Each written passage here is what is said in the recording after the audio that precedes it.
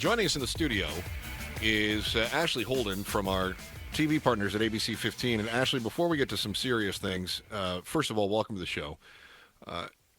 Can you just give us your honest opinion on Joe's outfit of the day? It's been a controversy all day long here. Oh, he just got up to model it. Oh, My mic wasn't on. Oh, yeah. We got it now. Well, Okay. I had seen your post, and so I walked in, and the first thing I said was, "Joe, your blazer."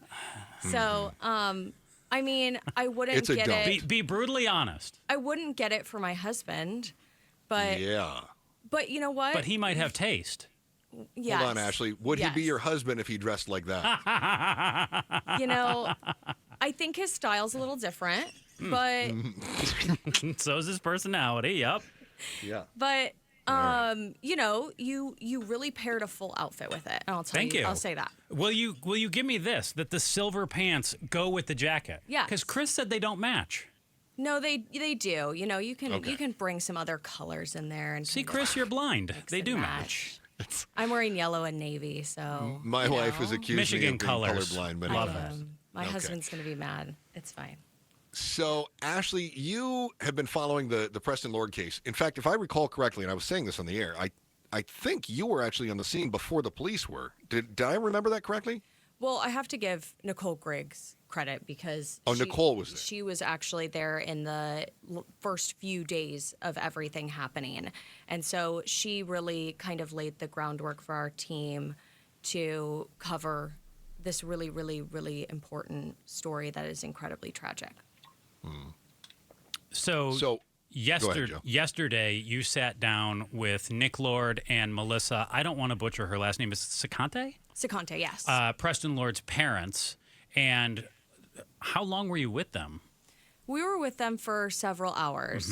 Because I saw what you had on TV, and you learned a lot about who their son was, and you talked about the trial that's going to be coming up here. What stood out the most to you from your time with them? I think I walked away with a really, really good understanding of Preston, who he was. And that was really my goal, was to, in their own words, share with other people who Preston was. And I even told them at one point, you know, they described having such a beautiful relationship with their teenage son, and not every parent has that. Yeah. And at times when I was a teenager, I didn't have that. And he had such beautiful relationships with so many people, friends, and he was such a helpful, giving, kind person. And you kind of see that in the pictures that they show and the impact, of course. But I think when his parents were talking to me and telling his story, that really, really stood out. It also stood out to me the strength that they have to not only sit there and talk to me about their son whose life was taken, but also their strength to fight, to show up for court, to do the walks. And I had kind of gotten to know them a little bit along the way throughout the walks, throughout going to court, and they are just the kindest family. So hearing about Preston, I thought, of course, this is how he was, because he is a reflection of the people that raised him. Did you get a sense from them as again, you've gotten to know them here over the last nearly a year. Did you get a sense from them that at any point there was hesitation about how to even press on forward? I can't imagine being in the shoes of a parent and trying to figure out what to do next, let alone do what they've done and become very bold, very public, very front-facing in the entire ordeal. Did you feel like they had to kind of overcome their own doubts at any point? Because I certainly would have. I think that one of the most powerful sound bites from the whole interview is when Preston's stepmom said in the hospital they decided they were going to start the GoFundMe. People were asking for updates, and so they started a GoFundMe and they put up Preston's story. And they also decided to make the orange bracelets that say Justice for Preston Lord. And she said, it was my responsibility. That was not how his story was going to end. And I think that's one of the most powerful moments, because his parents were there going through an unimaginable time, and they were making the decision immediately to fight for Preston. And then they said, I asked them, did the community support ever surprise you? They had so much support, and they said it did surprise them, but they are so thankful for all the people that have shown up to walks, that have shown up now to court. That support, they said, they have just been so thankful for as a family. Talking with reporter from ABC 15, Ashley Holden, and Ashley, you asked Preston's parents about teen violence and if that was ever on their mind, and they said no. We raised a really good, really sweet son. Had they heard about, or did they have concerns about other teens in the community? Because we've heard about dozens of other kids and other incidents that were going on for years out in the East Valley. When I asked them that question, they said teen violence was never not on the radar, their even. mind. And they said that Preston was such a good kid, and it sounds like he had incredible teammates and friends, and his life was filled with school, sports, math, statistics, spending time with his parents, spending his weekends with his dad playing golf, doing those things that he loved. And so he said Preston was such a good kid, and they described him as a no-drama kid. So they said teen violence was just never on their minds. Ashley Holden is our reporter from our TV partners at ABC 15. She interviewed the parents of Preston Lord, who was slain just shy of a year ago at a house party by, 7 people have been arrested anyway and charged with his murder. I don't want to say that he was murdered by them until they've had their day in court. Ashley, what do you get as far as a sense from the parents? We say justice for Preston Lord. You've been you've covered enough cases. I'm sure you've seen parents that say there will never be justice for my loved one. And then I'm always amazed by parents that will go to court and say, the only way I can move on is if I forgive you who did this to my loved one. Do you get any sense of where they are in that healing process as far as how, what the next step might be and how, what they want to come of these court cases? And I asked them, what does justice look like for your family? And that's a much better way of asking what I just took 30 seconds to ask you. That's okay. That's so good. That's why you're the pro.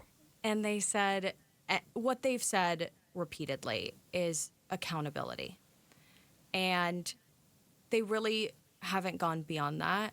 And I think that we're going to have court play out. That is what justice looks like for their family, is accountability. But I will say I was in court this week, and Preston's stepmom, Preston's mom, Preston's grandpa, they all got up and spoke and shared. That takes incredible strength. But Preston's stepmom said, I am standing here before you and I'm speaking because Preston cannot. And that's their focus. And then their other focus is how can we give back, which is also very admirable. They're talking about hopefully putting together scholarships in Preston's honor, also partnering with different organizations to do CPR training, because they said that there was a very, very brave group of people that jumped in, gave Preston CPR, and those people gave them the gift of being able to see Preston in the hospital and say their goodbyes and have moments with him. And it's hard to say thank you enough, they said, but they are hoping that if they provide CPR training, then they're giving that tool to other people who could use it in moments that they might never think could happen. What an incredible example of gratitude.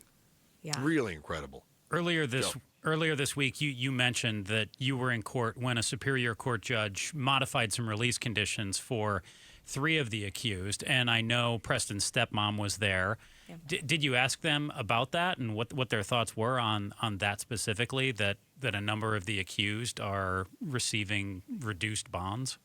We had talked to her after one of the other hearings, so back in August, because it had actually been, I think for some people, if they weren't in court, they didn't totally catch this, but in court back in August, the 3 that were in court this week, Jacob Meissner, Talon Renner, and Dominic Turner, their attorneys pretty much said, hey, we're going to come back. We're going to try and modify their bonds. And they let the court know that. So that was expected. And so we asked Preston's stepmom, and she really said what the family has said all along, is that they are against modifying those bonds. And that's what they stepped up and said in court, which lasted hours. We were able to talk to Preston's grandpa after, and he said it's obviously not the outcome that they wanted. So court is a difficult process for families, and I watch them go through that process. It's long, it's arduous, and obviously it's long for a reason, but it's difficult. And they have shown immense amount of strength, even through all of the different decisions and days. And that's hard too. You know, you have two parents here and Preston's mom who are working, and they have to take their time and come into court, and they are there. They show up. Ashley Holden from our TV partners at ABC 15. Ashley, first, thank you for your diligence on this story, continuing to bring it to light.